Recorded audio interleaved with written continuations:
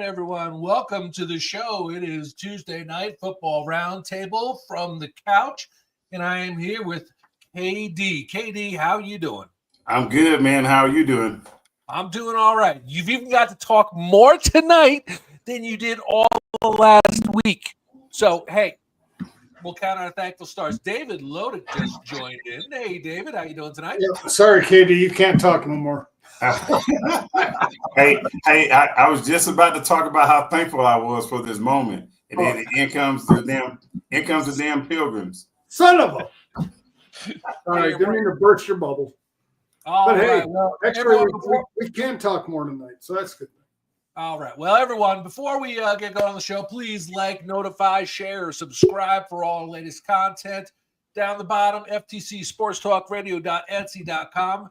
If you want to get a gift for the holidays for your loyal sports fan that has nothing better to do on a Tuesday night than listen to a bunch of idiots talk, look at it. Look at it. This thing is a year and a half old. Look at it, how good it is. That's beautiful. And you all got to get yours.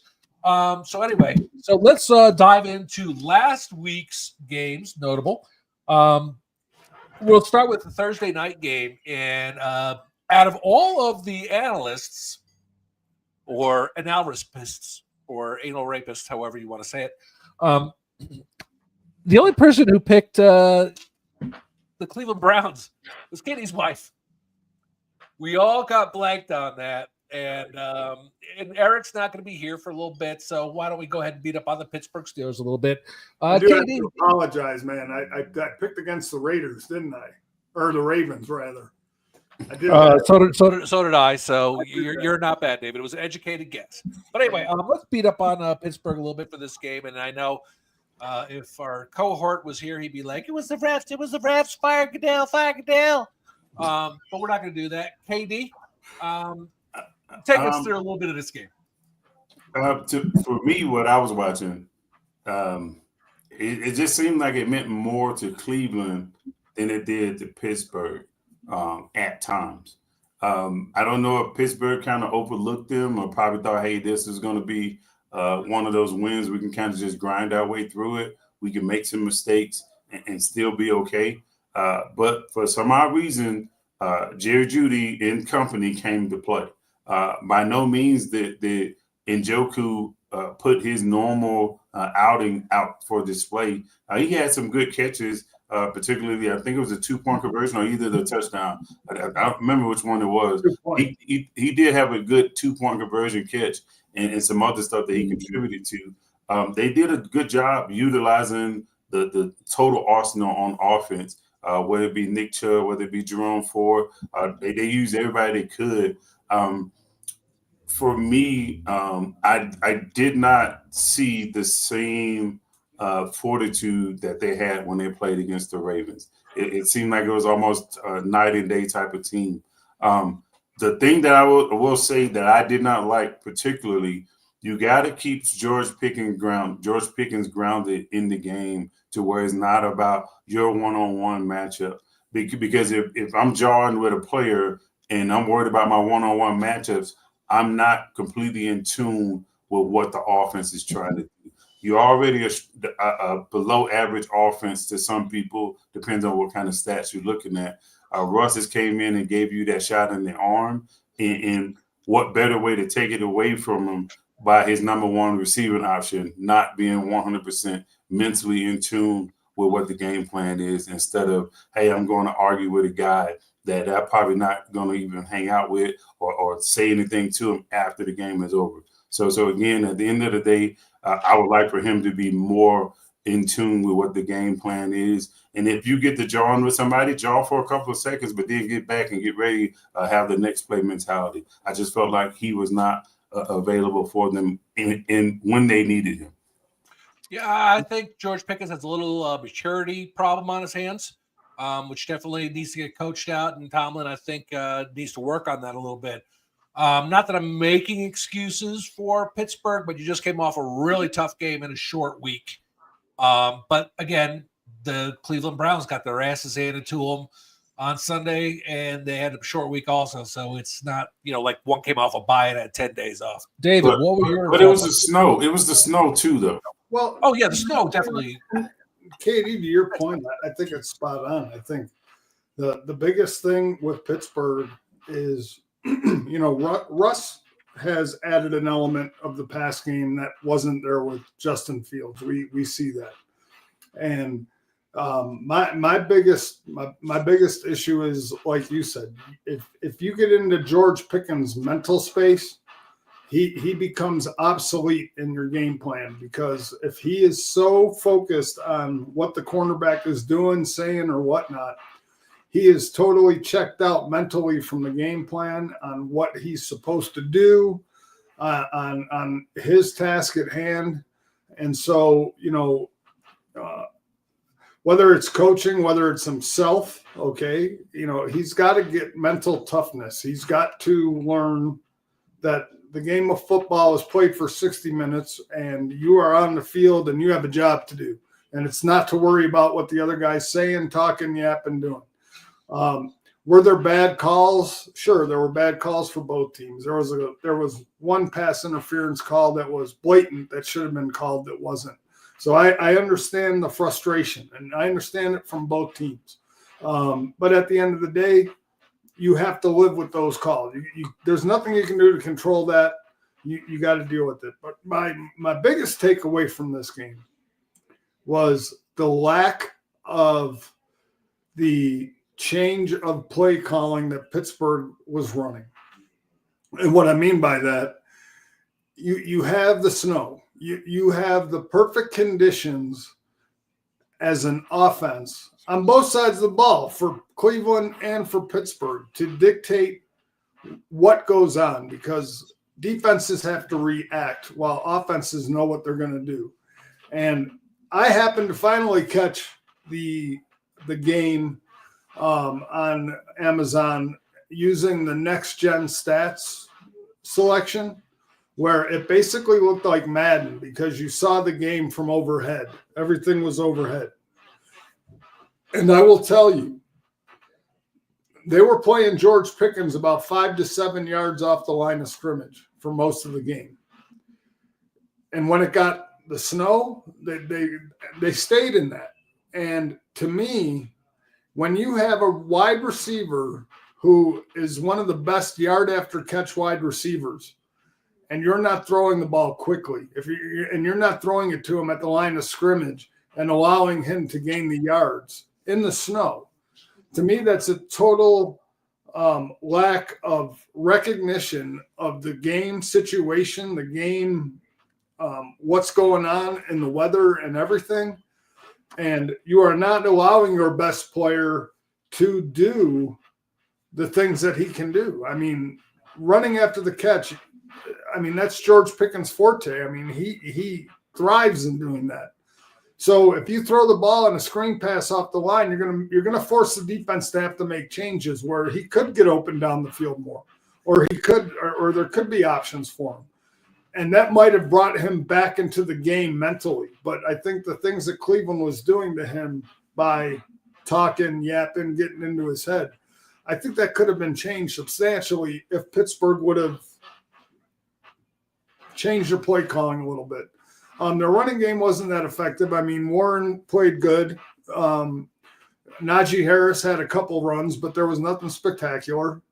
It was a decent game, but again, Cleveland just came to play. I take nothing away from Cleveland, and I take nothing away from Pittsburgh, because these are divisional games, and I say it every week. Divisional games are a different animal.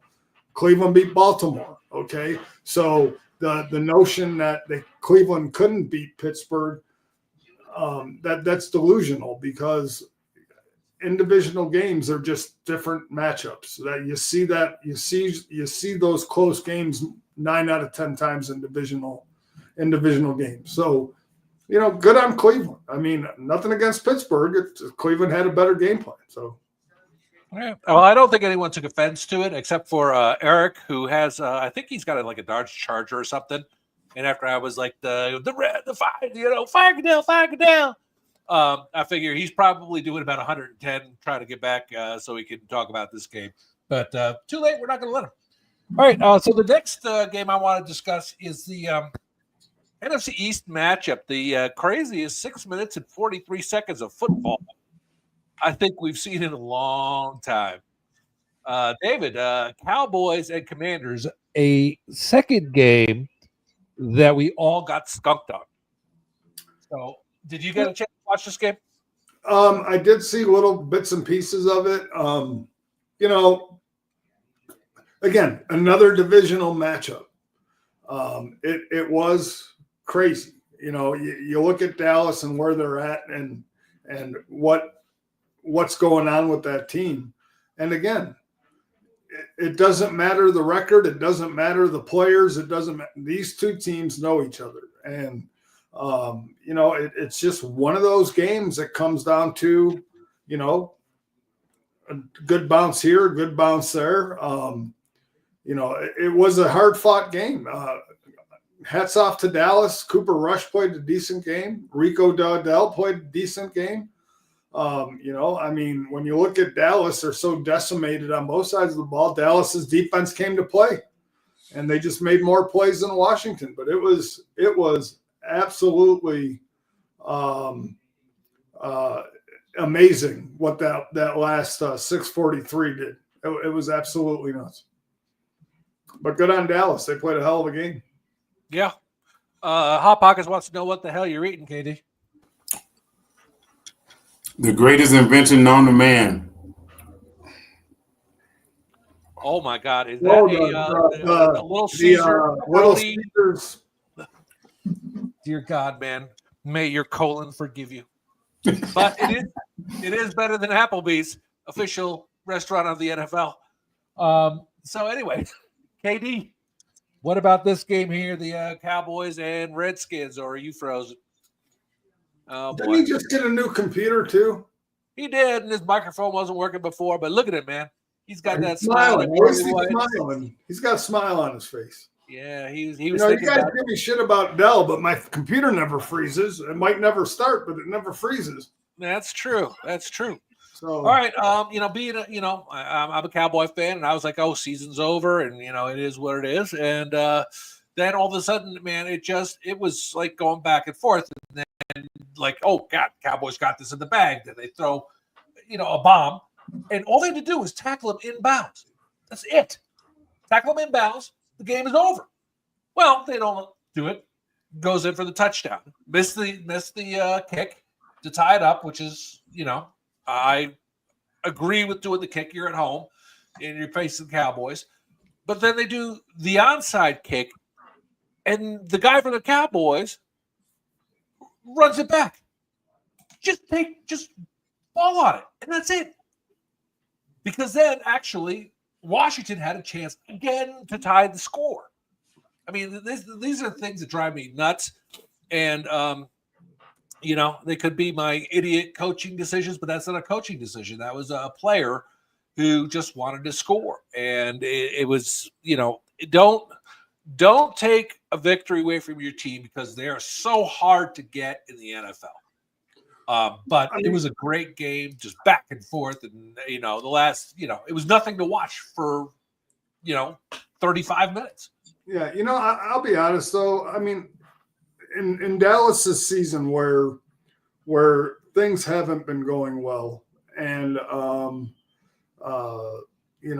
wins have been hard to come by, points have been hard to come by. I can understand Dallas's like wanting to put an exclamation point on something and whatever. I mean, whether it gives the team a boost heading into next week or not. Washington had a chance to come back and tie it. But for a team like Dallas, you to do something like that, I mean, when you have that opportunity, I get it. I get why they would do it. I get why the player would do it. I mean, you know, you're not expecting them to take off and run back for the touchdown. You're waiting for the ball to bounce, and you get the opportunity. So, I mean, I don't fault the Dallas player for wanting to do that. Hey, Mr. Gilbert, how are you? But again, you know, yeah, you're right though, in the sense that, you know, you got to put the team ahead of yourself, and you got to look at it from that. But I get where Dallas is coming from. They need something. They need a reason to be excited. You know what I mean? So yeah, it's off to them. They deserve it. They earned it. We're going to go on to our next game, but real quick, I just got a urgent message from a direct message from KD. He said after the second bite, he has had complete bowel evacuation. He hopefully will be back soon. So, sorry, KD, you cannot be eating that shit.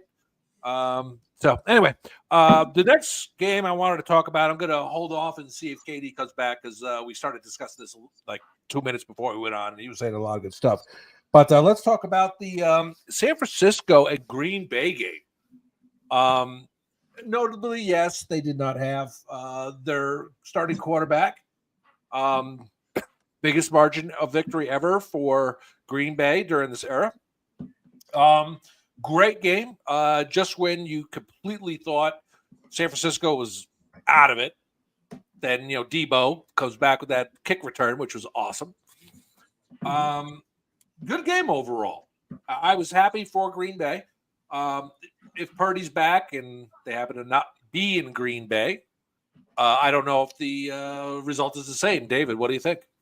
I don't know. I think Green Bay played a good game. I don't know. Brock Purdy hasn't really done a lot this year. Even getting Christian McCaffrey back, which obviously was a boost. I know he's been back a couple weeks, but even still, you know, everybody talks about how McCaffrey was injured. Ayuk is injured. What people are forgetting is the amount of people on the defense that are injured for Frisco. And we can say what we want about Frisco from an offensive standpoint. I mean, they have, when Kittle's healthy, Debo, Ayuk, Jennings, McCaffrey, they got the horses. They have it. But, you know, when your defense is your anchor and, you know, you got half your starting defense out. And, I mean, I'm not talking about just average defensive players. I'm talking about, you know, 3 or 4 all-pro, first-team all-pro players that are out on your side of the ball. It is tough. It is hard to maintain, especially going into a place like Green Bay. You have to deal with weather. You have to deal with all kinds of things. And Green Bay's a tough place to play. Period. And you know, you're not playing a slouch Green Bay team. I mean, Jordan Love's been playing decent this year. Not lights out like he did last year, but he's been playing decent. And he's again. That team is special. They got Josh Jacobs who runs the ball. They have multiple weapons. Their defense is playing halfway decent. And so when you have all those injuries on both sides of the ball and you're starting quarterback and you're starting Brandon Allen, who I think ended up getting injured in the game or played through the game with whatever happened to him, it's tough. It is a tough sell, man. But hats off to Green Bay, man. They played well, and, you know, yeah, Frisco doesn't have it any easier this week. So no, they definitely don't. We will be talking about that game. KD, how the Tux medicated pads, are they working? Yes. Okay. So we were talking about Green Bay and San Francisco before you had to have your bowel evacuation. So what were your thoughts on this game?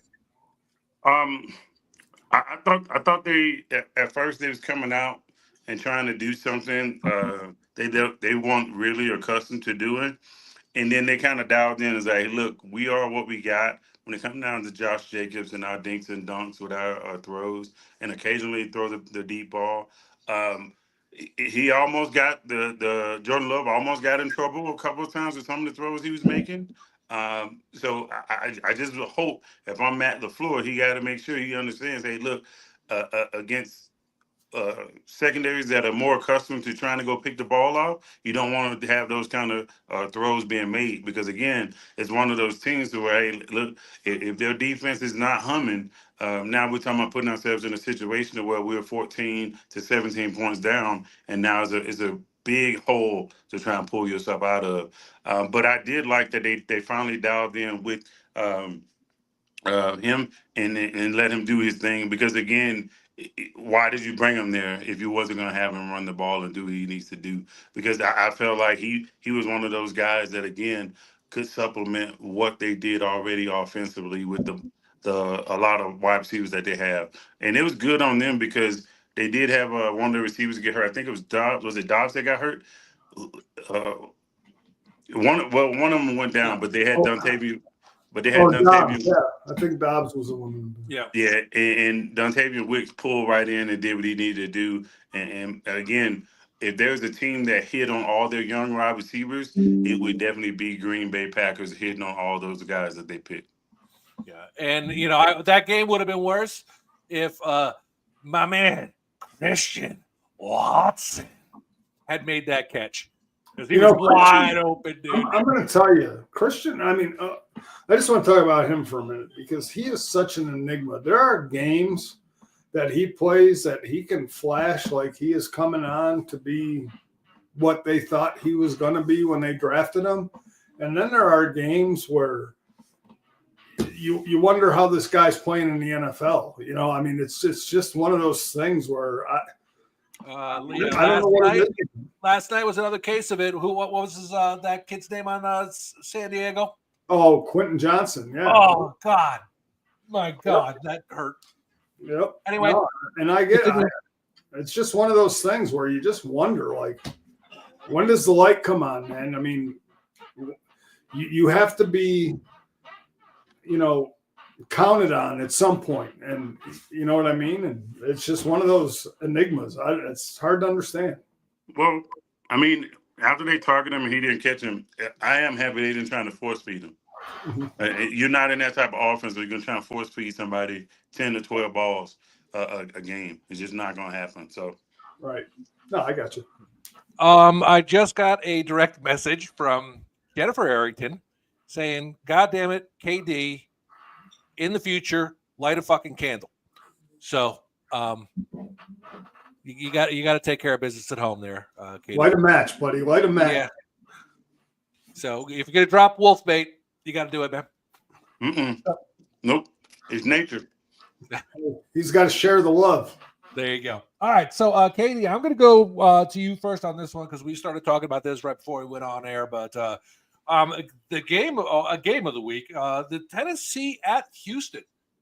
Another game we all got blanked on. We got blanked on that one, Washington, Dallas, and the Pittsburgh game, except for Jennifer, of course. But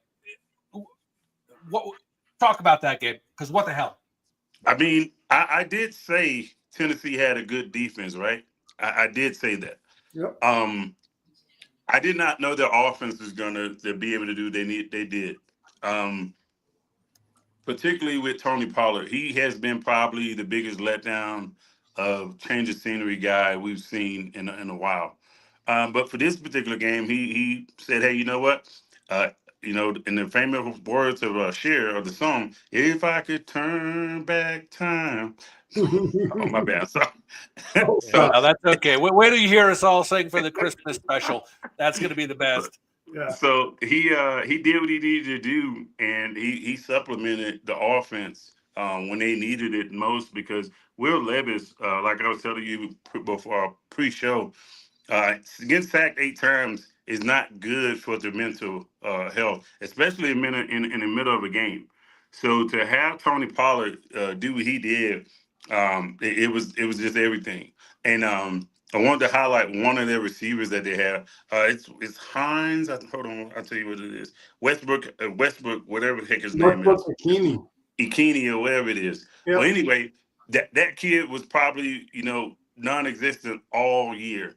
I think it was the second week in a row he caught a deep touchdown. Right, and because last week it was like a 90-some yarder, right? Yep. And this week, he caught another touchdown, and for a young quarterback, I think that's good for his psyche moving forward. Now, I don't know how much of the season they're going to be able to salvage, but it was a good win for them in the division, and to let basically the Texans know, hey, look, you got to basically go out and play football no matter what our records are, because if not, these type of games, these are the type of games you'll have moving forward. So,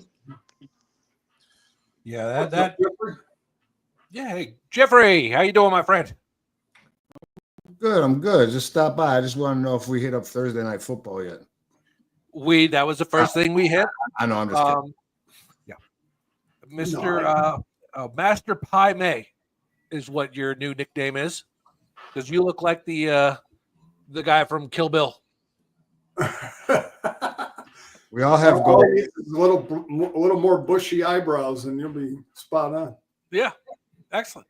No, so, did you happen to watch any of the Houston Tennessee game? Yeah, no, not really. I mean, I saw some of it. Like I didn't watch much of it. I didn't watch many of the games this weekend at all. I mean, I saw like it was on my phone. I put on some things to look at it, but I wasn't watching much. He was at the hospital. Yeah, I was at the hospital with the old woman. But all's well. Well, we hope everything is okay. Yeah. Absolutely. But I did see the game in little parts, and I was, we talked about it. I talked about it regularly in the off season about CJ Stroud having such an amazing freshman year and really doing things that hadn't been seen. And then, everybody's like, well, Daniels or insert Caleb Williams, Bo Nix. I mean, Bo Nix is playing phenomenal, but those things don't happen all the time for a reason, right? Like quarterbacks don't come into the NFL and light it up and then stay that way forever. I don't think CJ Stroud's a bad quarterback, but I would tell you, I don't consider it a sophomore slump. I consider it the norm. Now it's he's going to have to, develop a little bit more because people have watched him for a full season. They've watched him this season, and he made a couple, and he's done it throughout the course of the year this year. I don't want to say uncharacteristic, but they're uncharacteristic to the rookie year, right? And he's made a lot of mistakes, and I think that a lot of those mistakes cost them. Their defense didn't play overly well either, and I think that what's the coach's name? I always forget his name. I love the dude. Nico Ryan. Yeah. I mean, I think that he was really frustrated with the level of play of his defense against a Will Levis-led team, right? I mean, I was happy because I had to pick up Will Levis for fantasy because all my other quarterbacks happened to be on a bye this week at the same time. But anyway, yeah, I mean, an interesting ending, interesting game. I mean, I'm really surprised that Tennessee pulled it out. I mean, that's. I think the one thing about quarterbacks, like especially like CJ Stroud, the guys who have that such an impactful rookie year, I think the one thing maybe for them and maybe for people in general who watches, you looked at him last year and everybody talked about how easy and how comfortable he looked and how, all this and that. And maybe he bought into his own hype a little bit. It's kind of like, I was this good. Now I'm going to force myself to be that good where I'm putting myself and doing the things that I was doing last year. And to Jeffrey's point, now that the defenses catch on and now that they've studied and see his, trying to be Superman or do the things he was doing last year aren't working against defenses. So I think I'm not saying that CJ Stroud is going to be a bad quarterback. I think he just has to go back, and I think maybe he has to take some of the things that happened his first year with what's going on right now and kind of blending them together to consider this two things, right? Consider this. Remember, we talked about it last year during the season. They played a very vanilla offense for him, right? And I don't want to say it negatively, but they made it so he didn't have to read much. They had very normal sets, routine sets. They didn't do a lot of plays within those sets. They just made it routine. So Nico and the other dude just did their thing, right? You add Joe Mixon, and now you complicated the offense a little bit, and maybe it's a little bit more challenging for him. And he's just adjusting to it. The other thing is interestingly enough to consider it, is he was the number 2 overall pick, right? Snubbed by Bryce Young. I think last year all he was doing was proving why he was better than Bryce Young, and he was able to do it, one, because Bryce Young wasn't good, and he just kept rising, right? But now the conversation isn't a Bryce Young conversation. The conversation at the end of the year last year was Patrick Mahomes, Josh Allen, Lamar Jackson, CJ Stroud. You've taken yourself from I'm entering a league in which I gotta pay on it with a chip on my shoulder because they picked Bryce Young, and now I gotta be better than the number 1 overall pick. Now I have to be the best quarterback in the NFL, and that adds pressure. I mean, I'm not saying he's succumbing to that pressure, but you know, he's made some really poor choices. I mean, overall, I mean, and it's not even. I mean, turnovers isn't even a key. I mean, the safety was ridiculous, right? I mean, when you look at that play in general, I mean, just field awareness, right? I mean, at the end of the game, pretty much, he runs out of bounds to avoid a sack. But it's like, I don't know. Well, he's like a little Dan Orlovsky. Yeah. So, you know, but he still gets shit, right, Sean? He still gets shit about that right now. Yes, he does, and especially because he's a commentator and he goes on saying everything about all. And because they finished 0-16, right? Yeah, there you go. But Jeff, you made a good point because like KD and I were talking right before we got on about, you know, is this a sophomore slump? And I hope for him and his career it is, because I happen to like him. I think he's, you know, I think he's a good person and he does, you know, very well on the football field. You may be right though. This could be the norm. This could be what we see for the rest of his career, which would be, you know, of course, hurtful. You know, I can see the same thing with Daniels on Washington. You know, Bo Nix could all of a sudden start eating it. But KD, do you have a feeling one way or other? Is this a case of a second-year slump, or is Jeffrey more correct, and this could be the norm? It could be a bit of both. He got some injuries too that he's dealing with on the offensive side, particularly the offensive line. If the offensive line is 100% healthy and firing on all cylinders, I would be interested in seeing how does he prepare then, and how does he look when he goes out to execute the game plan. So, I mean, I would say it's a little bit of both until we can confirm how his offensive line is going to be moving forward. Yeah, I'm going to say CJ Stroud will be fine. I mean, I think DeMeco Ryans is a good coach. You know, and again, I think the one thing though that, you know, quarterbacks have to do, especially now, is they have to understand, you know, okay, I did this, now I'm here. Now, what do I have to do personally to get better? Whether that's hiring an outside an outside quarterback coach type of person in the offseason to help me work on the fundamentals or the things that I have to do. Because, you know, coaches coach and they continue to coach. Offensive coordinators come and go on this and that, but it's what that quarterback – does that quarterback want to be great? And if so, he has to put in the work outside of just the team, but he has to understand what he's doing, what he did right, where his limitations were, and be able to work on that to develop the greatness that they want to achieve. You know what I mean? So it's too early to tell. Is he going to be a bust now because he's having a so-so year? I don't think he's having a so-so year. I mean, teams are just on to the Texans.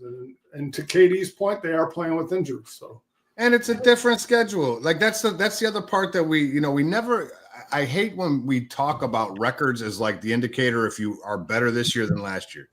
If the variables were the same, meaning if your schedule is the same year in, year out, then you can use a record to base how good you are, right? But that's not the case. What you can do is look at statistical data to say my offense is gaining the same yards, we're scoring the same amount of points. Our record may not indicate, but because you don't play the same teams, and that's why any given Sunday. But there are certain matchups in football that tend to favor a team that is far worse than the other team. I mean, you know what I'm saying? Like it's just interesting. Well, sure. Well, yeah. When you're playing a last place schedule because you were a second overall pick, last in your division, you're playing a last place schedule, so you're playing all the bottom teams in those divisions. Yeah, and now they're not because they finished. Now they're not, and now your level of competition goes up, and so yeah, I mean it does that, and that's what really separates Like when you talk about these teams, like when the Giants went to the playoffs that year,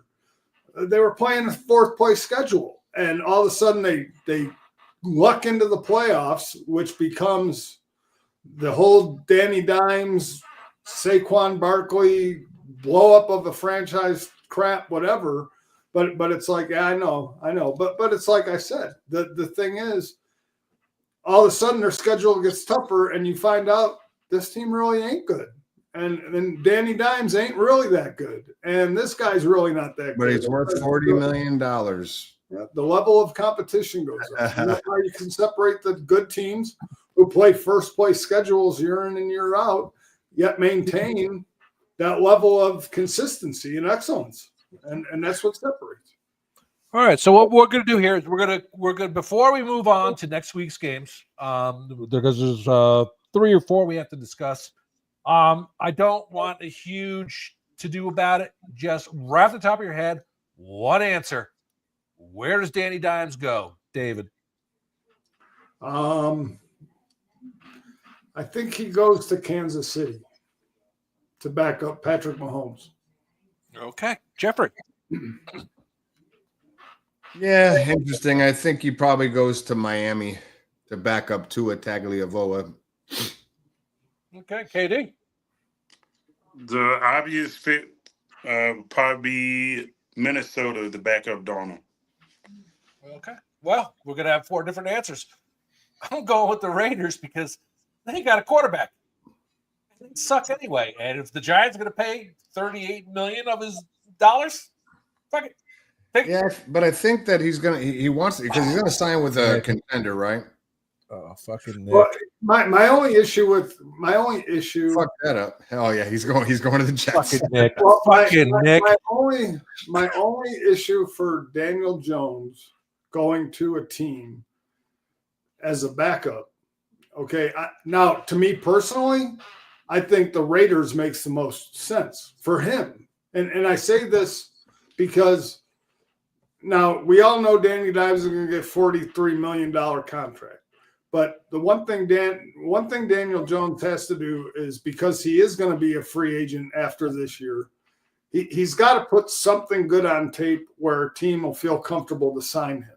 If you go to any of these teams we just said, to sit behind Tua, to sit behind Patrick Mahomes, to sit behind Darnold, to sit behind, you said the Raiders, which is what I would think would be the optimal choice, because he's got to get some positive game film so that people will take a chance to sign him next year.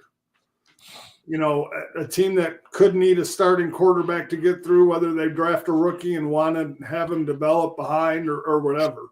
So I think his best bet is to go to the Raiders. Will that be what he actually does? I don't think so. But for him, I think it would be the smart choice. Where are the Raiders currently at in standing? Oh, they're in last. I mean, exactly. 2 and whatever. And that's the problem. They're in last. They're in tie for number 1 overall pick in the NFL draft. They're not going to bring in a Daniel Jones to not be a tied for the number 1 pick. And I'm not saying Daniel Jones is the savior to that team, but I will tell you they're at this point, they're going to play for the number 1 overall picks. They're not going to spend money to get out of that, right? But in the grand scheme of things, it was reported that he wanted to go to a contender because it's probably going to be the only chance he gets to win. But Dave, I mean, I don't disagree with anything you're saying. I think KD's point is probably the best of them, right? Because Minnesota makes the most sense because Darnold is a free agent too at the end of the year. So unless they're going to lock Darnold in for a long-term deal, then they have the Daniel Jones there as well, right? They have options. But at the end of the year, at the end of the day, I don't believe the quarterback class is all that strong this year, not compared to what it was this year. And so number 1 pick overall is going to get a quarterback. Who's that going to be? Because I think that if it's the Raiders, they'll draft a quarterback. But who else? I mean, the Giants, they're going to draft a quarterback. I mean, you know what I'm saying? I mean, it's just there. I don't know. I mean, there's going to be free spaces at the end of this year that are going to either be picked by a rookie quarterback they're not going to have starting, and Daniel Jones will have his pick of some of those things. I will say today that Joe Shane was at Colorado's football practice today. Sure. So Shador's either going first or second, right? Or first over. I mean, because you got Hunter. Hunter's a beast, man. That dude's a fuck. Good point, Nick. You know, they got JJ. They drafted him and they're with the first pick this year.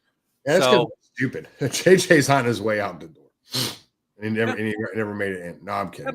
Haven't really played yet. He's sitting down watching Darnold. So, you know, you spend your first pick on a quarterback. You figure you're going to try to develop him. You know the problem with JJ, and the problem right now is, it's kind of like one of those catch-22s because you're playing with Darnold, and granted, Detroit's running away with the division. They're that good, but you're playing well enough with Darnold to be a contender. Do you turn around after this year? And it's kind of like what happened to it's kind of like what happened to Danny Dimes when the Giants went to the playoffs. As stupid as it sounds, do you turn around and say, we were this good, now we're going to take J.J. McCarthy, who hasn't played all year or in 2 years, basically, because of his injury, and now we're going to start over with him, and we'll be at the Chicago Bears level in our division. I think it becomes a very interesting dilemma for Minnesota in which way they go. All right. So let's talk about next week's games. A couple. Eric is not on, so Jeffrey, I'm going to give you some time to speak here. Let's discuss the Pittsburgh-Cincinnati game. What are you expecting to see out of this one this week? Well, I expect Pittsburgh to correct some things they did wrong last week. I mean, I bust Eric's balls about the Steelers, but the Steelers aren't a bad team. They're a good team. I mean, they're probably one of the more complete teams in the NFL. I mean, I don't like their offense. I think it's inefficient with Russell Wilson, but I think it can be efficient with Russell Wilson. He just throws the ball. They're overachieving this year. I think they are. I mean, but I also think that Russell's playing well, right?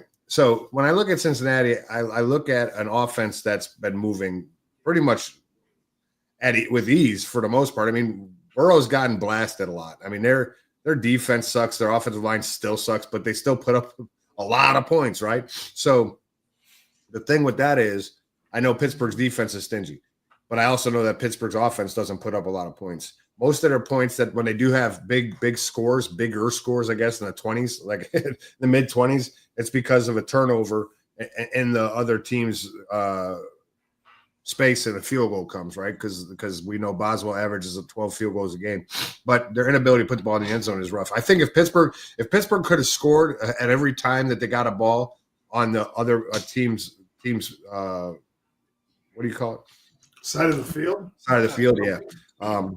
My allergies just started out of nowhere. But anyway, they'd be a leading scorer because their defense has truly generated a lot of turnovers, right? They're second in the NFL, only behind Buffalo. But I think it's going to be a good game. I mean, again, this is a division game. I know Eric doesn't like to have those conversations until he's talking about Baltimore. But at the end of the day, it's a division game, and division games go all kind of crazy ways. And I think this will be a tight game. And I'll pick Pittsburgh to win.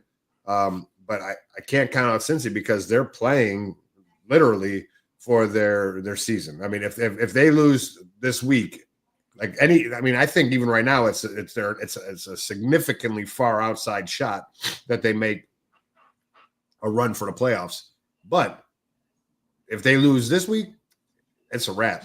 So we'll see. All right. I gotta go take some allergy medicine. I'm sorry. My nose is like running and my eyes are watering. I don't know what happened, but it's good to see all of y'all jackasses. You wanted to cry about the Steelers. I did. I wanted to make sure that I'm crying because I actually said that they might win the game. I don't know. Eric can't hear me say that. What we had this discussion, Jeffrey. You need to keep the pure hate.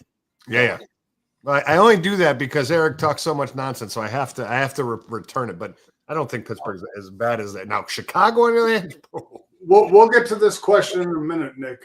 Yeah, that's a great thought, though. But you guys be good. All right, Jeff. See you in a minute. Katie, what are you thinking about the Pittsburgh and Cincinnati game? Then, David, I will be back in just a moment.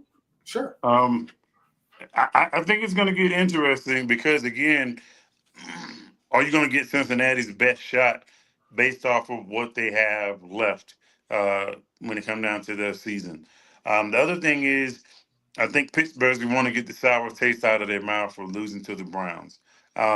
So again, it's one of those things to where which team is going to outlast the other and who's going to feed into the other team's hand. For instance, if Cincinnati goes out and give Pittsburgh a lot of short fields, then it's a recipe for disaster for them, right? If you make Pittsburgh drive the field, not saying that Pittsburgh can't drive the field, but if you make them, hey, that's how you're going to score your points, I think now you're prone to making more mistakes or not being as consistent on the offensive side of the ball. And it's just a matter about when is Cincinnati going to be able to do that if they're able to do it? And then with Pittsburgh, can you be consistent enough on offense? Because you know your defense is going to put you in a situation. It's just a matter about can you push the ball into the end zone and not rely on field goals. Mm-hmm.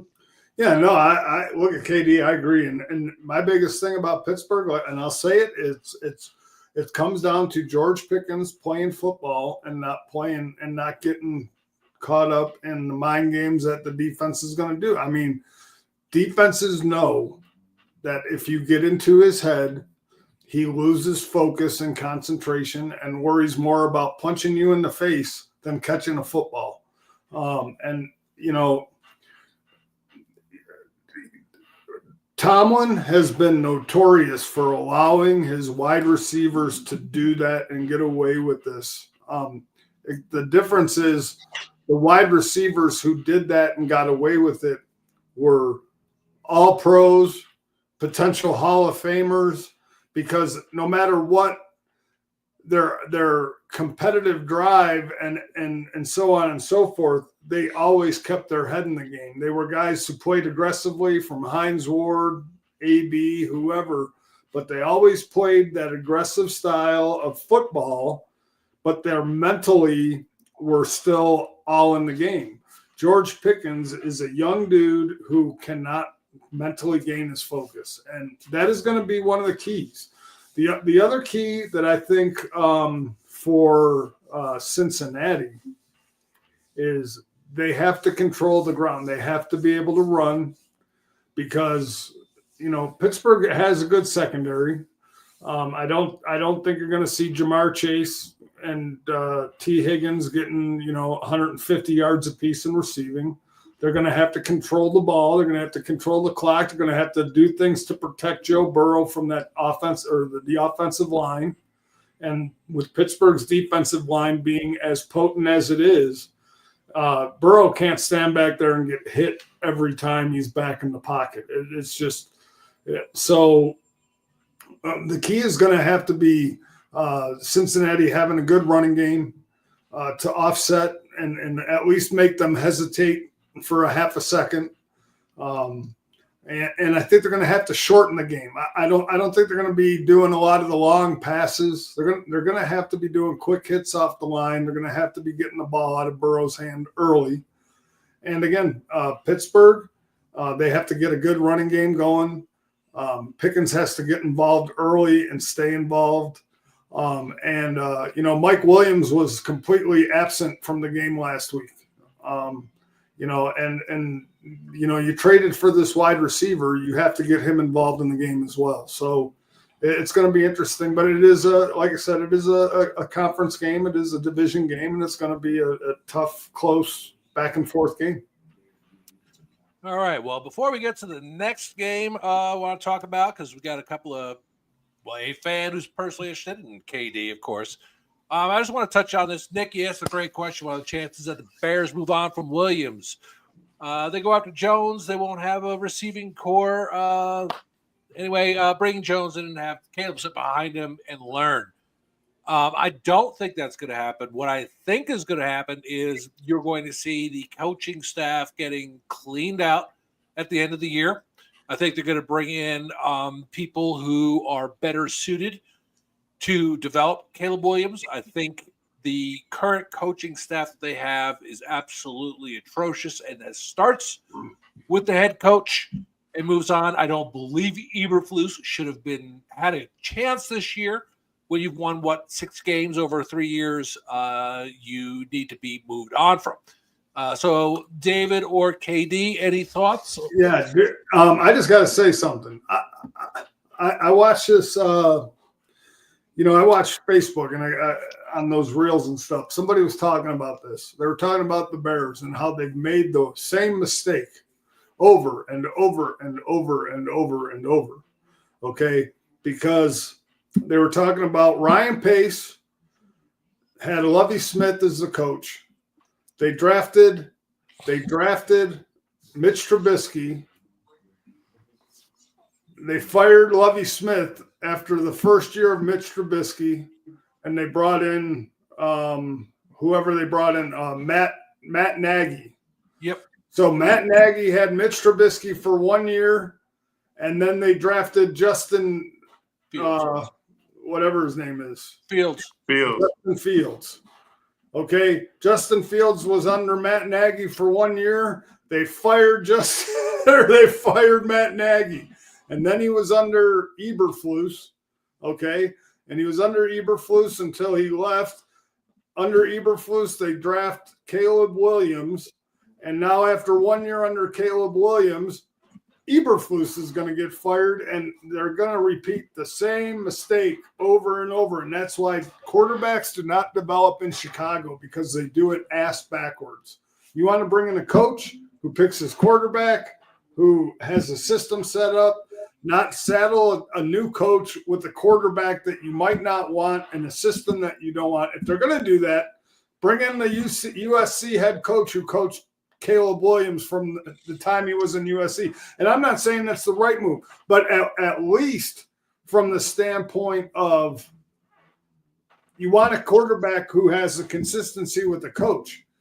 Otherwise, you do it and you repeat the same mistakes over and over and over again. And I'm not saying that the USC coach is the right hire, but I'm just saying if you want to do any favors to your quarterback, you do that, because Chicago has just effed up the quarterback position for 50 years.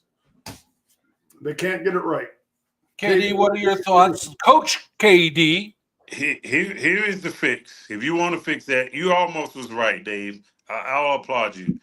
You got it right. We're going to get the USC head coach, but not the current one. You need to go get Pete Carroll, and you need to pair him with Mike Vrabel. These are the two guys that are going to get the most out of the young players.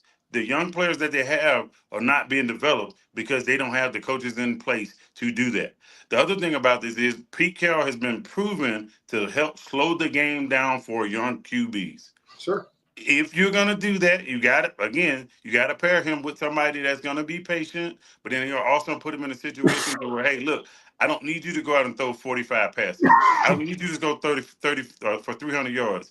I don't need 35 touchdowns. If you do, that's great. That's awesome. But we're going to play defense first. Mm-hmm.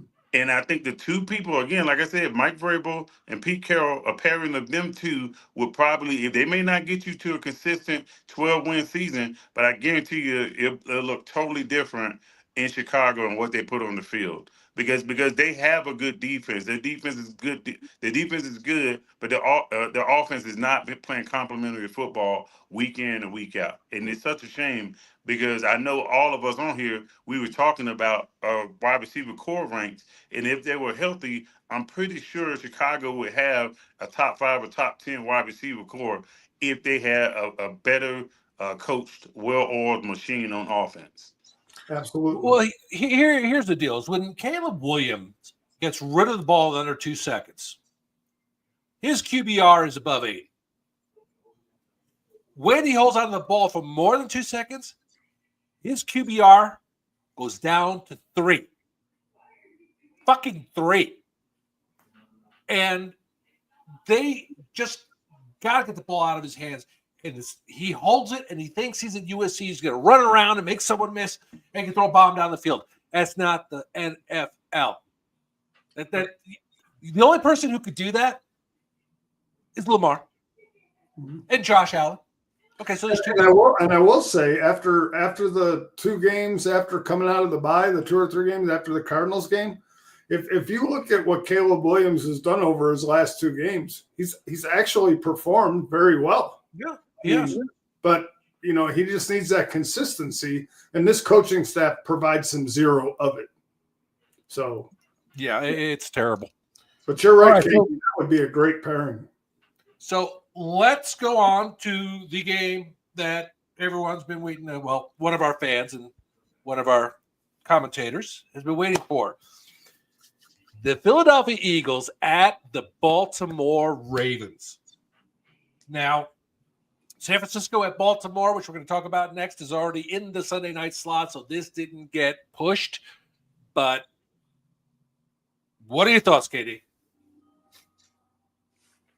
It's going to be a tough game. Here's the reason why. They haven't allowed a 100-yard rusher since, I think, week 4 or something like that. And then I think all year they've allowed 4 times somebody go over 100 yards. It's going to be how consistent are the Ravens in their run game, and are you going to stick with it when it gets shut down? I will tell you, if we try and do a lot of A-gap runs, we're not going to be successful.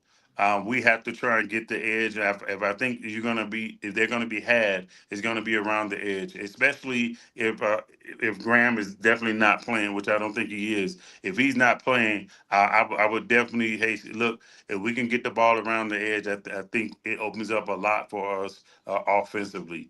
Defensively, just like I told some people in some of the Raven group chats that I'm in, if you let Jalen Hurts stay confident in the game plan and within himself, we're gonna lose this game. Okay, we have to come out. We have to come out and not so much to minimize him, but make him second guess what he's supposed to be doing out there. Because if you let Devontae Smith and AJ Brown get free releases off the game, off the line, it is what it is when it comes down to them running up and down the field. It's probably going to be a Cincinnati Bengals game all over again with it come down to shootout. And if it's a shootout, I got Philly winning the game if it's a shootout. If it's more closer defensive game, I got the Ravens winning the game. So that's interesting because I got to say, this is one of the few times that you have 2 teams that are extremely evenly matched, and especially when you got, Derrick Henry and Lamar, and now you got Saquon Barkley and Hurts. These are 2 teams that can both do the same thing and be successful at it. David, what are your thoughts on this game? You know what?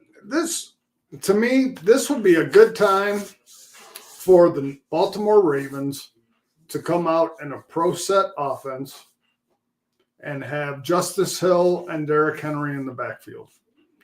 Because if you have to spread the Philadelphia defensive line out, because you have to worry about Justice Hill running around the edge or Derrick Henry running through the, like you say, A gap and all that on the inside, you take away the effectiveness of Philadelphia's defensive line because they're going to have to play both sides. And another thing that does is, number one, you've seen Mark Andrews come on the last couple weeks. So if they do something like that, you're gonna leave the middle of the field a little more open. And also with the speed that Zay Flowers possesses, getting those short passes over the middle and being able to outrun and outmaneuver guys in the middle of the field or run to the outside. I think an offensive game plan like that against Philadelphia, it could bode well for the Baltimore Ravens.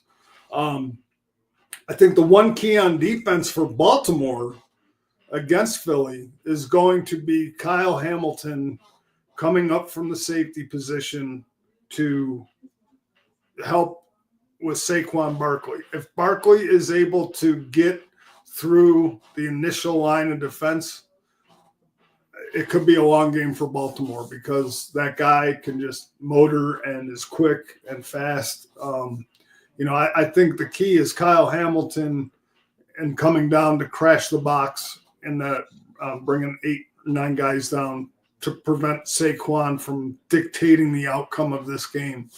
And Kyle Hamilton's a great guy to do that. He's very well. He does very well containing the run when they bring him down, because they bring him down in strategic spots and they put him in those spots, and he's very good at noticing those.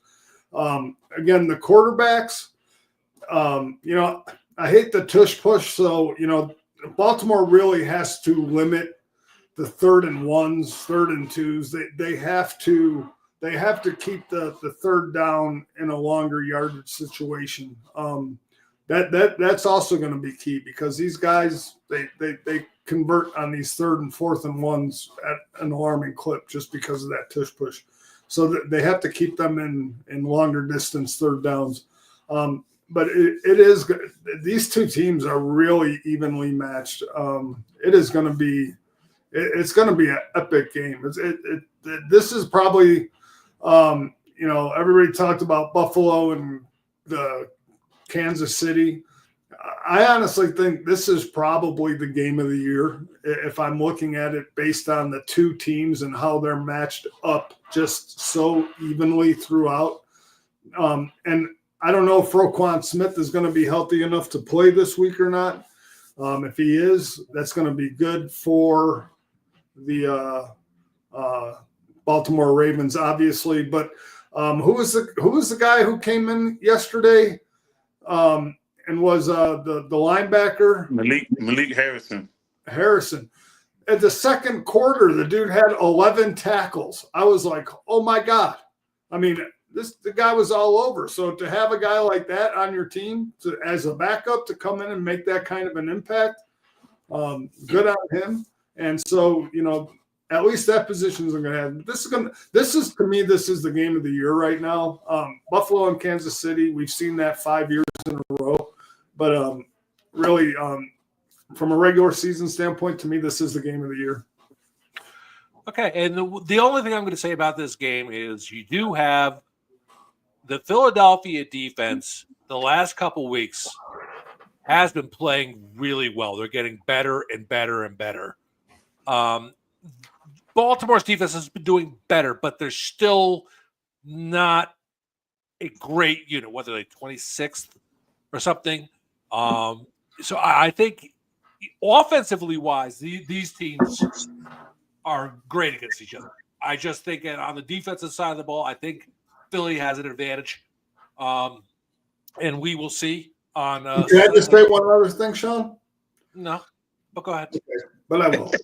What I do want to say, though, and I don't, what my fear is, because we've talked about this before with different teams, and you look at the numbers, like you say, well, Baltimore's has the 27th, 28th ranked pass defense, and what can't happen is Philly can't come out and say, well, we got Devonta Smith and we got A.J. Brown, and we're going to go out and just air the ball all over and forget about your running game. Because if they do that and they try to out-coach themselves instead of doing the things that got them there, that could be disaster for Philly. Because you got to remember what got you to the point that you're at and don't waver from it, like Baltimore did against Kansas City last year in the playoffs. You got to play to your strength. So as long as Philly doesn't do that, like I said, it's going to be a great game. Yeah, and I don't think any team ever takes any other team for granted. Except for maybe Houston took Tennessee for granted this week, and maybe Kansas City kind of took Carolina for granted. But anyway, before we move on to our next little thing, our next game, first of all, I just want to say from everyone here at From the Couch, we hope you all have a safe and wonderful Thanksgiving with your family and friends. Enjoy the Turkey Day. The good news is that the slate of games is pretty boring, so you can concentrate on either cooking your food to perfection or drinking yourself into a coma. because this is not a great slate of games. And is there any game on Thanksgiving that could go either way? Because we got Chicago at Detroit, and I think that's a 30-point win for Detroit. Mm-hmm. We got the Giants at Dallas.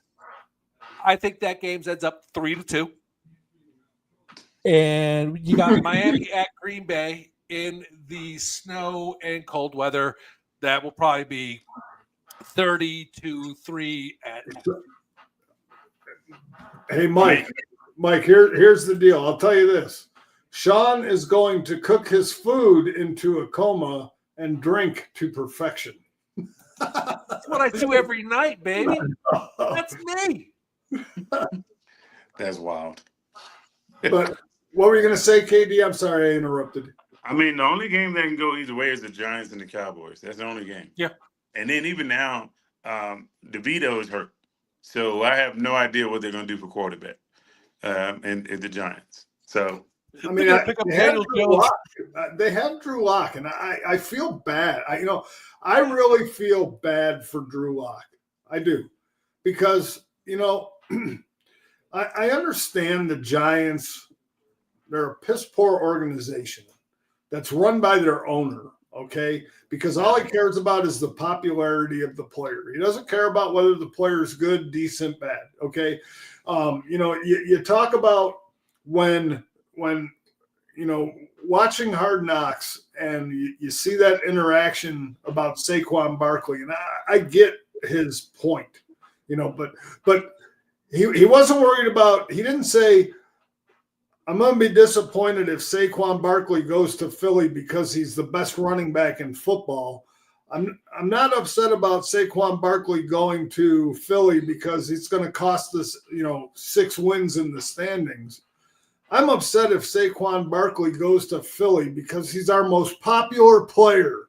He's our most popular player. That's all he cared about. And to take, and I know maybe he cared about more, but that was the first words out of his mouth. He's our most popular player. He, from a business standpoint, he sells our most jerseys. He makes us the most money from a player standpoint. That's what Merrill was worried about. So Drew Lock all season long was Daniel Jones' backup. You get rid of Daniel Jones and you turn around and you say, well, let's see, how can we get our fans excited? Does Drew Lock really excite us? Is Drew Lock like this? No, we're going to play Tommy DeVito, who came in last year or 2 years ago when Daniel Jones tore his ACL and won 3 games and got us all excited. And to me, I understand the Giants' plight. They're 2-9 or 3-8 or whatever the hell record they have now, and they're playing for first, second, or third overall pick. So do you want a guy who's going to come in and maybe give you a chance, or you want to come in and, get the locals excited because Tommy DeVito's dad owns a meat shop in Brooklyn or whatever? So I get that. But at the end of the day, Drew Lock deserves to be given a shot. I mean, he sat there and was a good soldier for 12 weeks, sitting behind Daniel Jones. They get rid of Daniel Jones, and now they relegate him to second string again behind Tommy DeVito. And to me, that's wrong. And so if Drew Lock ends up playing that game, it might make a little bit of a difference. I don't know if it's going to make a lot, but again, it's a division game. And Dallas, they have Cooper Rush, and Cooper Rush is hurt too. So, you might have to start, Trey Lance. And it'd be battle of the third string quarterbacks, which would just do wonders for the ratings. I mean, I think they give the turkey leg to the cowgirl cheerleaders. So, again, but that game could go either way. KD, I'm going to turn it over to you. Then I'm going to push back on David a little bit. So go ahead. I was just talking about the game that could go either way. I don't have no rebuttals to nothing. Mm-hmm. So you can go ahead and push back on Dave. Okay, I'm just going to push back on Dave. Not that anything he said was like completely stupid, because he's right. And in the immortal words of Randy Quaid. The Giants this year look like a monkey fucking a football. But the Giants are not like this terrible organization. They've had a couple of bad years, and they have, they've made some stupid errors. But I'm a Jet fan, and so they look spectacular to me. But anyway, they're not a terrible run organization for like ever. They've been good. Sure. They've had their ups and downs, and hopefully they're going to come back from this. But yes, the whole I'm not going to be able to sleep at night if Saquon goes to Philly. Sean, I want to ask your opinion about this before we get to other games. Oh, fuck. Do not ask me about Aaron Rodgers. No, I'm not asking you about Aaron Rodgers. Okay, I'm asking you about the Jets. Uh-huh. And I want your opinion about this. So okay. the Jets hired the 33, whatever it's called. I don't know, the consultant. 33rd team. Whatever, 33rd team. Uh-huh. Which consists of ex-Jets general manager Mike Tannenbaum, who they fired, and now they want him to find their GM. Adam Gase, their fired head coach that they want to find their GM. What do you make of the Jets going to this 33 whatever and trying to find a general manager and a coach for this team? I'm really hoping, because if you are a Jet fan, you are inundated with these shitty Jet posts on Facebook that are completely like, there's no way any of this is happening. That would kind of be a Jet-esque move, between Tenenbaum, who was with Rex Ryan and had a little success, but then he turns around and hires Adam Gase, who was the second worst mistake the Jets have ever made. Kotite was worse. I thought you were going to ask me about like, is Aaron Rodgers leaving or whatever? No.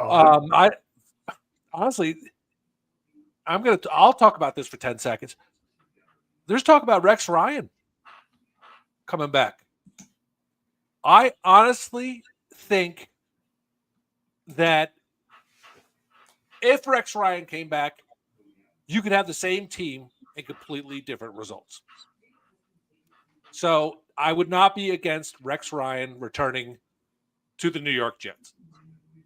That is the only thing I have any hope in, because otherwise we're fucked unless we can get whoa, okay, kick this guy.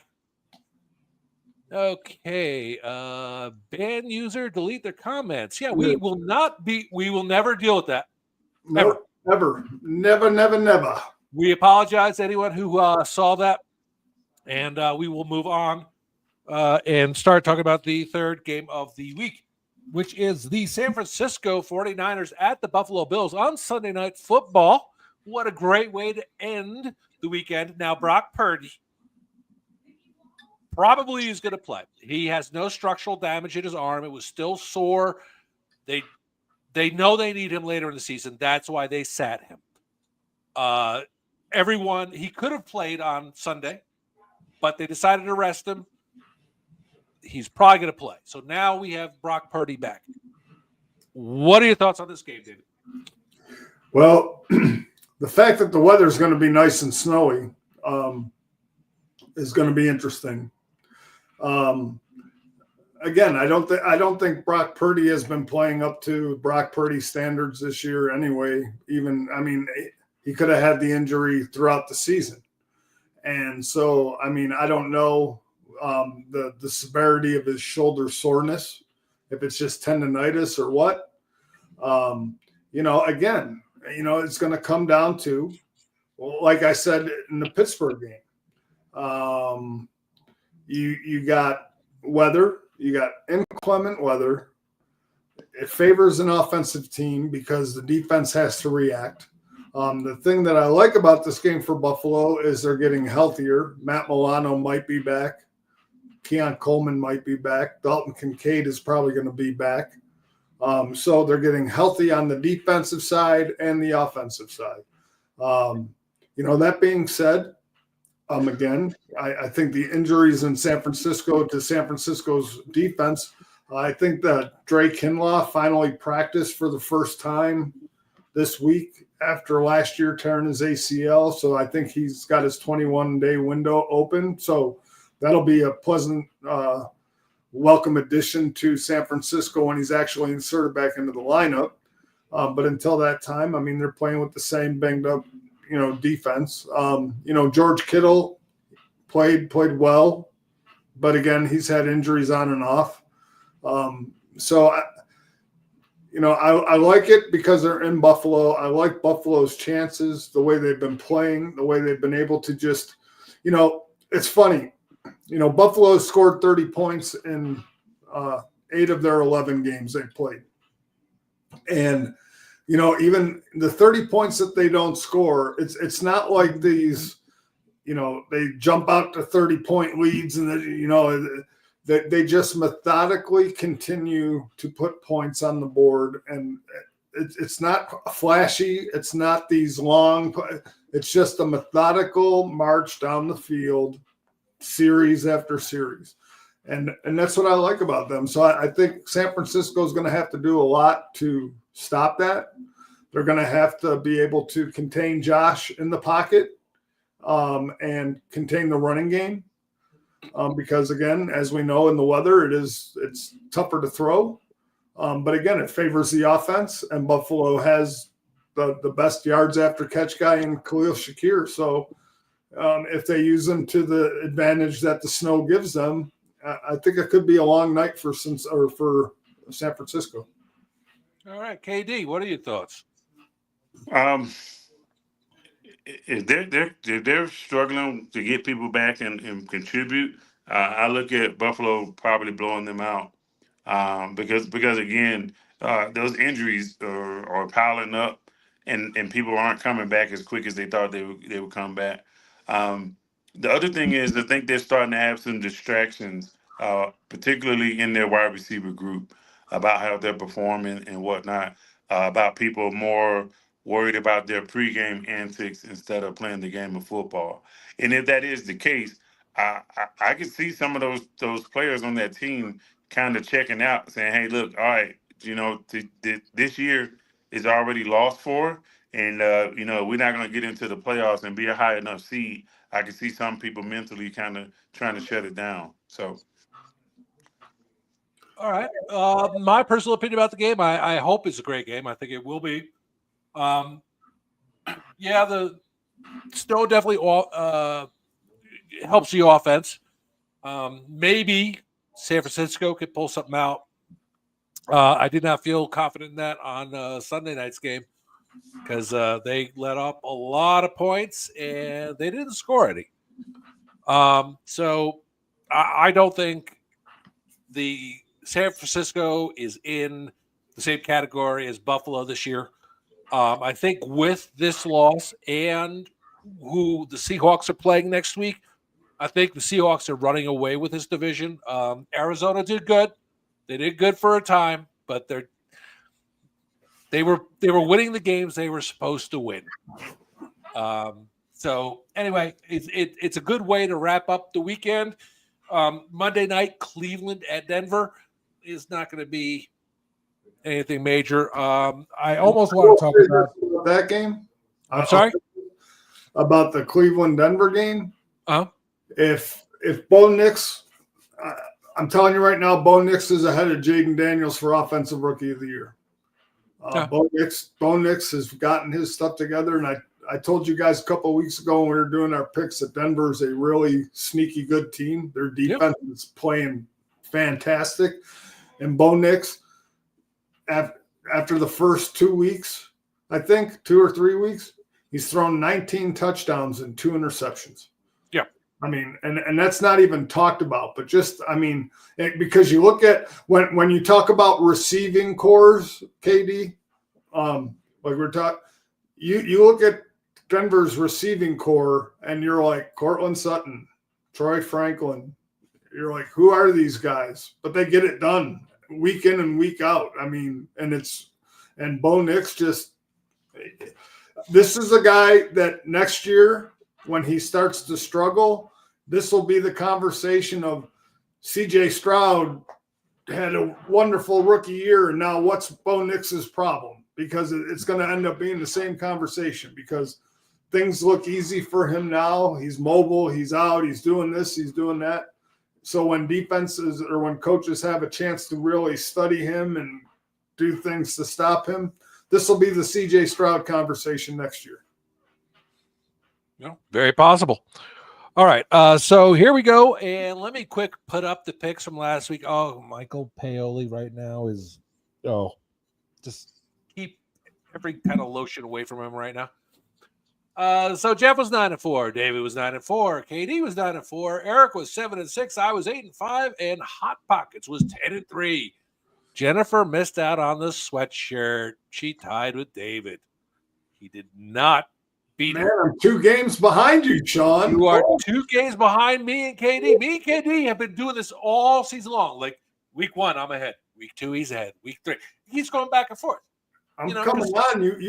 You poor saps. I'm coming on. Oh, trust me, I have no doubt that you will fall and crumble just like you always do at the remainder of the season. But anyway, Hot Pockets is tied with you. But Hot Pockets doesn't care about you. He just wants me. He's like, I want you, and I'm going to beat you. And that's what he's going for. Real quickly, Jeff. David, you issued the challenge to Jennifer last week. Do you want to reissue the challenge of the sweatshirt to Jennifer if she can beat you? Sure. Look at him. I love it. Tell Jen to get on so she can make her picks. I'm going to tell you one thing. Jennifer added me as a friend about 8 days ago. That woman can post. Mm-hmm. She can post. I mean, I can't keep up with how many posts she does a day. I mean, she's hanging out there. She's got the cigars. She's got the cognac, or the I don't know what the hell it was. But Hennessy, man, it was Hennessy. Don't get the cognac. Hennessy is nasty as hell. I knew it wasn't Hennessy. It was Mad Dog 2020 in a nice glass. Oh, damn. That's fucked up, David. Those are fighting words. KD, you can punch him in the face next time you see him. Wow. Anyway, if we gave her a sweatshirt, she could be posting that thing like crazy, man. I know she would. I used to drink Mad Dog 2020 when I was like 18, 19, like before I could actually legally buy stuff. So, I mean, it's all good, man. You were 18 in 1946. Stop. No. See, now David feels the pain that I felt because we were almost at drinking age, and then like a year or two before we got to drinking age, they raised it from 18 to 21. Yeah, I know. And that was fucked up. They didn't even grandfather the 18-year-olds in. You had to wait. It was like, I've been drinking for 6 months. What are you talking about? It was terrible. Terrible. Okay, so anyway, with that being said, but I will tell you that sweatshirt is comfy. So anyway, y'all need to. We're going to get. She owes me a sweatshirt. That's not going to happen. That's never going to happen. I even if KD wins, he wouldn't get a sweatshirt. Maybe I could talk Jen into buying him one for Christmas. So okay, here we go. So for Thanksgiving Day, we are going to begin with the Chicago Bears at Detroit. David. Detroit. KD. Detroit. And I'm going Detroit. Then we have KD. Giants at Dallas. Jesus Christ. Yes. Let me get the Cowboys. Were you talking to me, my son? Like, thanks. Actually, my brother, because Jesus is in the Father, he's his son. So, my brother. Where's my sweater? I beat him. No, you don't get a sweater, Paoli. You could get a t-shirt. Oh God, Dallas has lost every game at home. It's on Fox. Ooh, is Tom Brady going to be doing this one? Yep. All right, I'm gonna go Dallas. David. Man. Cooper Rush versus Tommy DeVito. CD Lamb is questionable, but he'll probably play.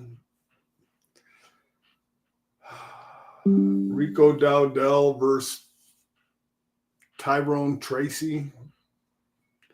Who the fuck are you talking about? I've never heard of these people. Exactly. This is the Giants in Dallas. I'm gonna man. Kayvon Thibodeau is back for the Giants.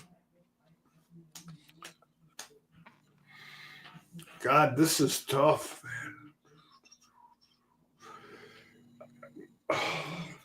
Give me the Cowboys, but it's going to be a 2-point game. Cowboys. All right. Is anyone taking Miami at Green Bay? That's you, Sean. I'm taking Green Bay. I'm asking if anyone is going to take them. Oh, Speak no. now, forever hold your peace. Okay, fuck it. We're going to go on. So we got on Friday, Black Friday, which is not becoming a thing anymore, and I can thank God, because there's no reason to get up at 5 o'clock in the morning to go shopping to get a TV because it's $8 cheaper than it was the day before. So, that being said, the Raiders at Kansas City. I think Patrick Mahomes is still upset about the Kermit the Frog thing. And they beat him, and he said, "Oh, it's handled." I don't think it's handled yet. I think they want to stomp on these guys and stop them hard. Kansas City. David. Yeah, Kansas City. Katie? Yeah. Raiders have looked atrocious this year. Give me Kansas City. All right. So, David, we're going to the Chargers at Atlanta on Sunday at 1 o'clock.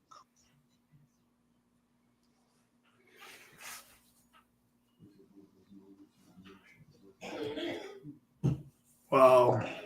J.K. Dobbins hurt his knee. I miss Jen. We'll let you catch up on picks. Sean will read them back after we go through these. Coming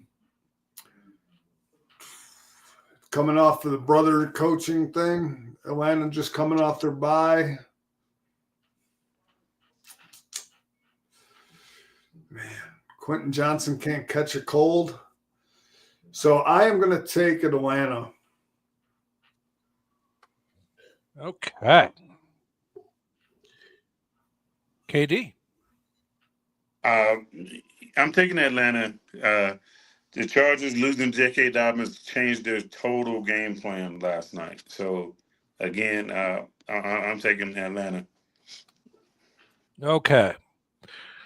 I am also going to take Atlanta since they are home, and I do not like when people from the West Coast have to go to the East Coast. Okay. We are at a 7-second delay. So here we go. Jennifer, do you want Chicago or Detroit? Then you were going to check the Giants at Dallas and Miami at Green Bay.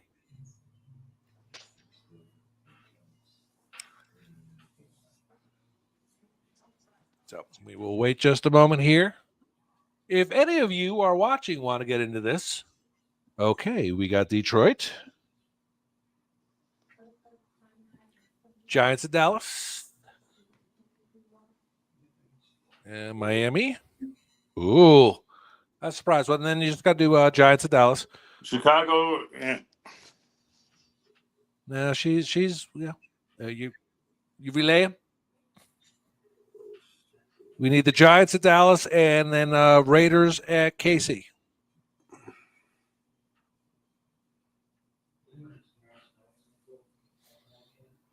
Okay, Giants. And then last two, we need Raiders at Kansas City and Chargers at Atlanta.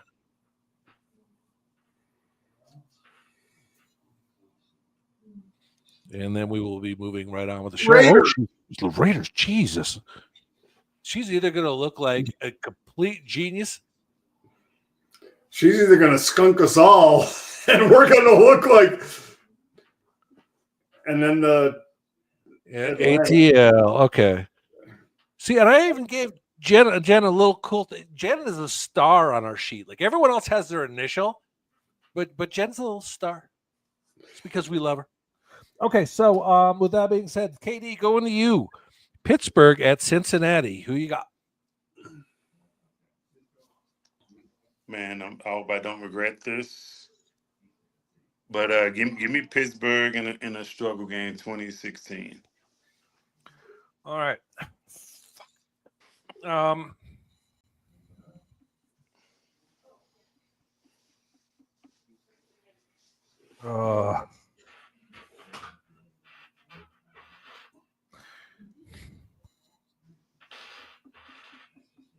Oh, this is so tough.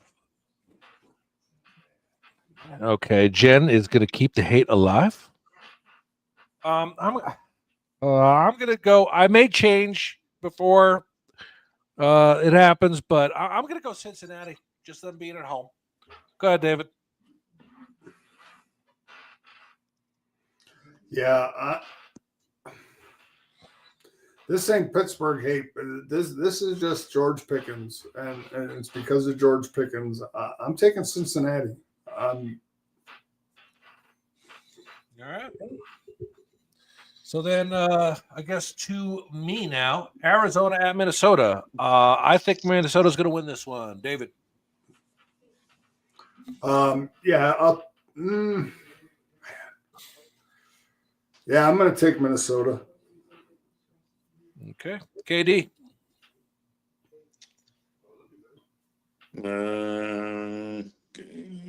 Give me Minnesota as well. I'll take Minnesota.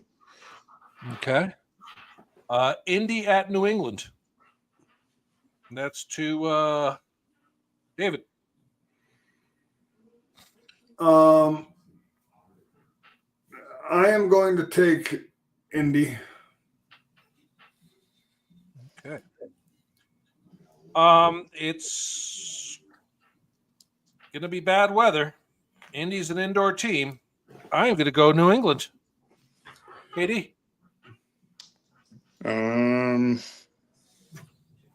Is Anthony Richardson back? Yes, he is. Yeah. All right. Well, I'm going to take the Patriots. Okay, that made zero sense of why you asked that question. Then pick the Patriots, but okay. Well, that's why. Well, he's a Florida damn quarterback. He hadn't played out in the snow. You said it. I didn't say it out loud, dickhead. Whoa! What's the hate?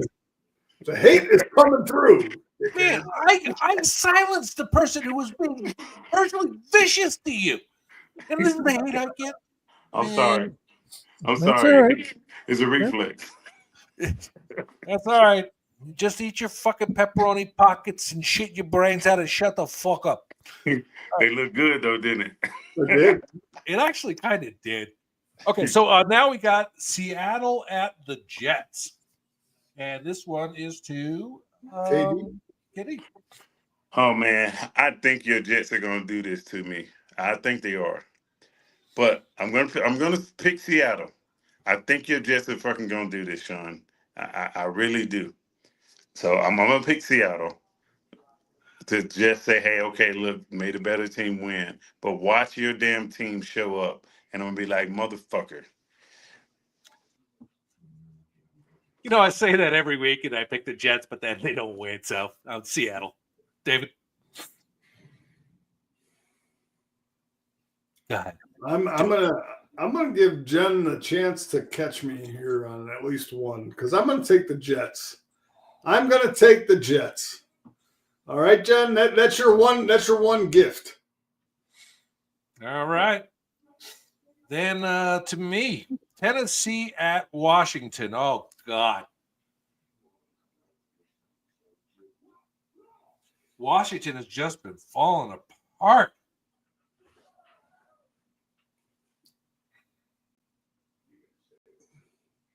Oh God. I'm gonna go Washington. Being at home, hopefully they'll be able to pull something out of the rack. Is Robinson out? He got hurt again last week, didn't he? That team's different team without Robinson. And I don't know his designation or whatever. Man, I mean, Tennessee played good. They won. They beat the Texans. No, they didn't play good. They played terrible. The real difference, they have, what's the name, had one more turnover than them. That was it. Yeah. That was a real difference. I'm going to take Washington. All right, KD.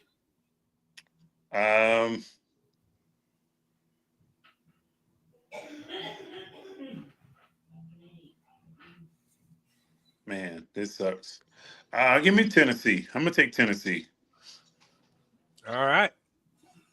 You gotta stick. You gotta stick with the significant other. They picked Tennessee. You got to do it. Because I heard her coughing in the background. She's like, I don't know what. You're like, oh yes, dear, Tennessee it is.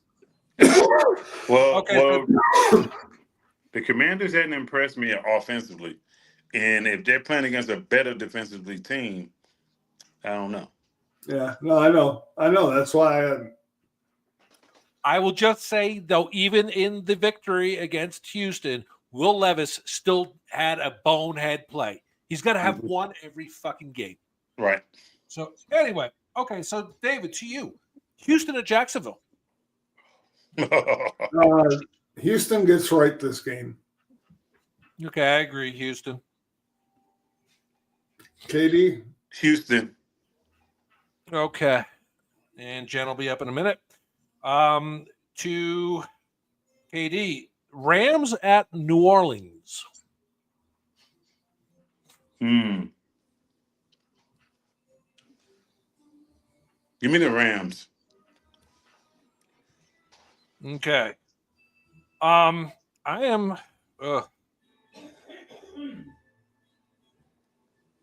I'm gonna go New Orleans. Being at home, it's tough, and Rams are playing good ball, but not good enough. David.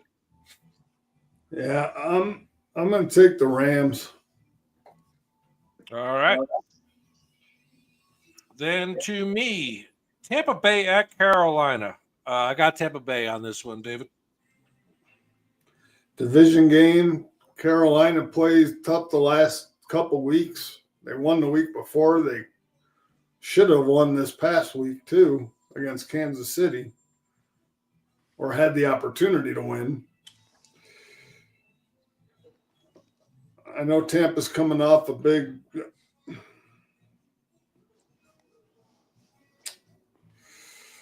I'll take Tampa, but it's going to be close. It's going to be a field goal game. All right, KD. Give me Tampa. Okay. And so here we go to David. Philadelphia at Baltimore.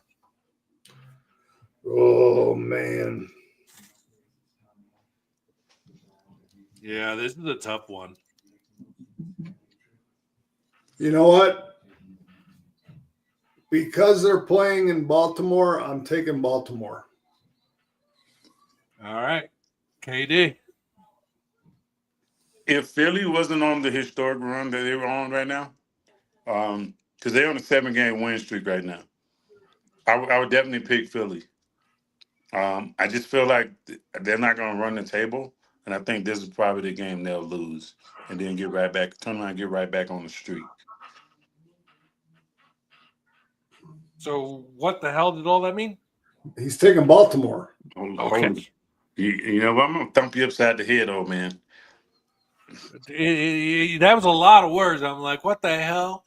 Doesn't he look like Jon Stewart? Yes. Yeah, he does. You do. You look like Jon Stewart without the brain. There you go. That's the part that's missing. Damn. I just called you old, man. Damn, you're going to call you done. That's messed up. My Damn, beard is babe. white. I look like Wolverine. Come on. So anyway, I am going with the Philadelphia Eagles. All right. So KD, to you, San Francisco at Buffalo. Let me get the Mafia. All right. I am also going Buffalo. David? Yeah, Buffalo.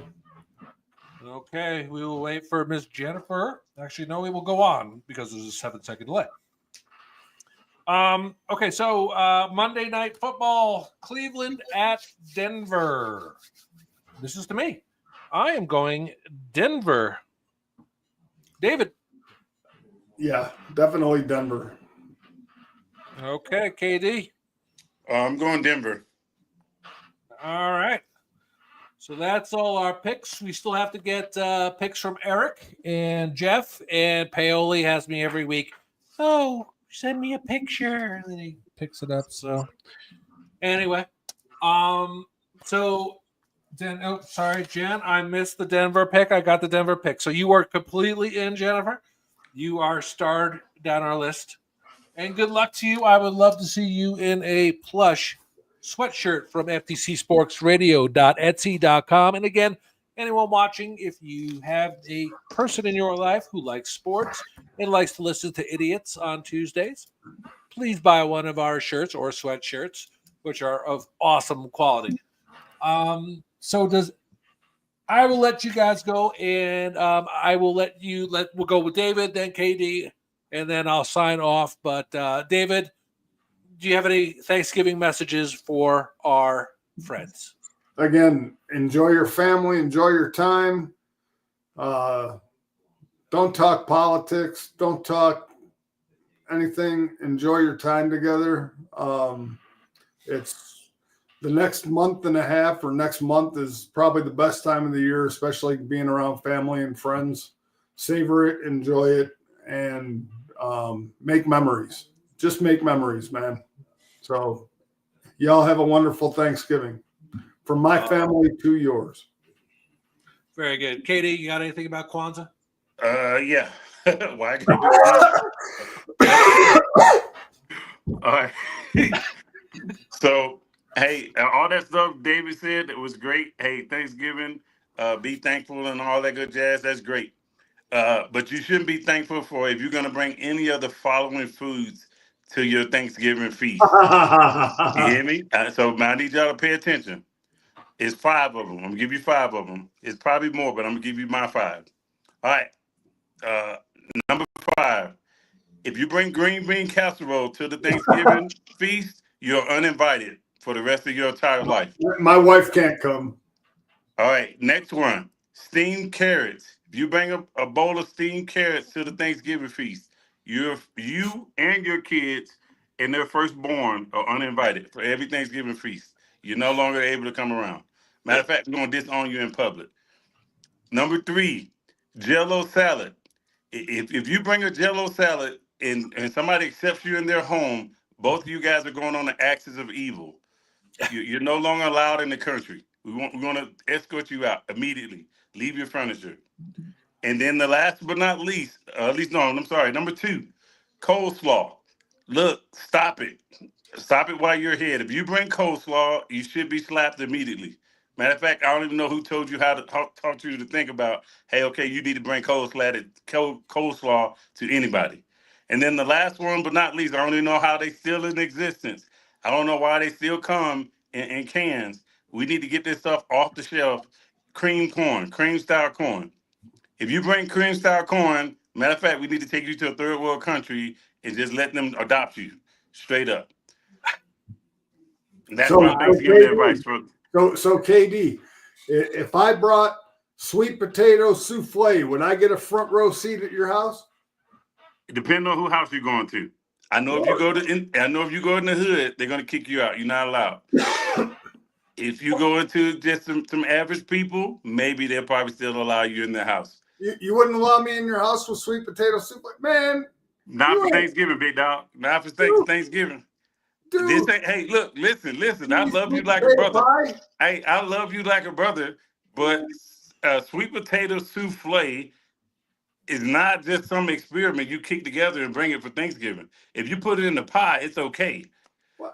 I'll put a crust at the bottom if it makes you happy. It's the same damn thing, but it's good. I still got half a pan, and I'm matter of fact, you ask people that's listening to us right now, hey, how should you eat your sweet potatoes on Thanksgiving?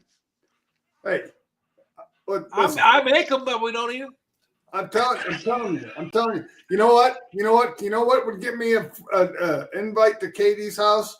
Some canned cranberries. He wants me to bring some cranberries. What are you talking about? Oh, if you talking about the sauce, okay, you can make your own too. It's okay. That's fine. That's crap. Oh, my bad. Did I offend you with one of my picks? Oh, it was the cream style corn, wasn't it? No, it didn't. No, it wasn't cream style corn. I was just like, you guys are gonna keep going on, which was fine. But David's talking about a souffle, and I don't even think he knows what the fuck he's talking about, because a souffle is that thing comes in the ramekin and it comes up. That's a souffle. I make it. No shit, really? Yes, I made it for Ask my wife. It's the best freaking thing at Thanksgiving, dude. I'm not a big souffle fan, but I would try a sweet potato souffle. I have some, Sean. I'll bring you some. Because that's like, well, you can't make it and then like keep it left over and bring it. Oh man, you heat that shit right out of the oven. Fantastic. But that's pretty impressive, because the souffle is not an easy thing to do. I know. All right. So anyway, from us all here at From the Couch, we hope you all have a wonderful and happy Thanksgiving. Do cherish these times, unless your asshole uncle comes over and when he's not looking, pissing his drink. So that's what we got to do. Yeah. We get more viewers talking about sweet potato souffle, man. Let's talk more. I know, Jesus. We went from 1 viewer to 4. Nice. Hopefully we won't be hurling any racial insults at each other. It's like, hey, they make sweet potato souffle. I'm tuning in. I can't believe Katie won't let him in his house because he makes sweet potato souffle. Katie wants canned cranberries, and he don't even want. He wants Swanson turkey. Hold on. First off, you can't talk shit about my canned cranberries when you make fucking stovetop for dressing. Man. You can't talk about. That's one thing I will have to say. The stuffing is the pivotal point of the meal. Right. If you make a good stuffing, it doesn't matter how terrible the rest of the shit is. It's all good. Because if you fuck up stuffing, I personally make a sausage stuffing. Hey, Katie, do you eat the neck and the gizzards and stuff like that in the turkey, or what? Yeah, when I was in Alabama, yeah. We don't eat. I haven't ate that in 20 years, 25 years. Yeah, no, I mean, I know some people do. I mean, my mom would eat I'm like, oh, no thanks. Yeah, well, in Alabama, you really don't throw out anything. So they make giblet gravy, they have all kind of stuff. Oh yeah. And so that's why I grew up off of. Make the giblet gravy and stuff. That wasn't too bad. That wasn't bad over, but I mean, no, not the neck. Like my mom would eat the neck, and I'm yeah. I mean, I'll mess up some turkey necks and rice. I'll mess those up. Yeah. We just probably not gonna eat it at Thanksgiving unless it's like in greens or something. Mm-hmm. But I'm more of a ham person anyway. If I had my choice between, like, we had turkey and ham, I had them both, but ham is definitely my go-to. Usually people make their ham too salty or too sweet. Mm-hmm. It's like they drown it in pineapples, or either they put a hunk of salt in it. And I'm like, wow. Put pineapple on pizza. Well, people do it. Nothing wrong with pizza. Pizza's good 365 days a year, man. So, well, I will say I used to make ham and turkey for Thanksgiving because the kids didn't really like turkey. But tough shit. That's what you're getting this year. Christmas, I'll have the prime rib and the ham. So, am I invited for prime rib? I'll be there. Bullshit. You get nothing. You'll get nothing and like it, young man. I'll bring cranberry sauce. Actually, the kids love the jelly cranberry sauce, the ocean spray. You got to have ocean spray, though. You can't go off with the cheap shit. Right. You want signature brand cranberry sauce? I don't eat that crap, so I don't know. It's like the whole Jello thing. Like the Jello mold shit that Katie was talking about. I agree. If someone shows up and like, hey, I made a halibut Jello mold for you, it's going to be get the fuck out of here. Oh, that's nasty. They used to do in the 50s, man. There was fish in Jello. Oh, this is great. Especially if you put Aunt Bethany's cat food in it. Oh, Lord. It'll probably taste better than halibut. But anyway, so we're going to wind the program up. Thank you all for tuning in and listening to our ridiculousness. We love you all. And to David and Katie, I hope you guys have an absolutely wonderful Thanksgiving. To Jeff and Eric and all our fans who are watching, Hot Pockets and Nick and Phil, thank you guys for watching. Have a happy Thanksgiving, and we will see you all next week from the couch. Happy Thanksgiving, Jenny. Peace.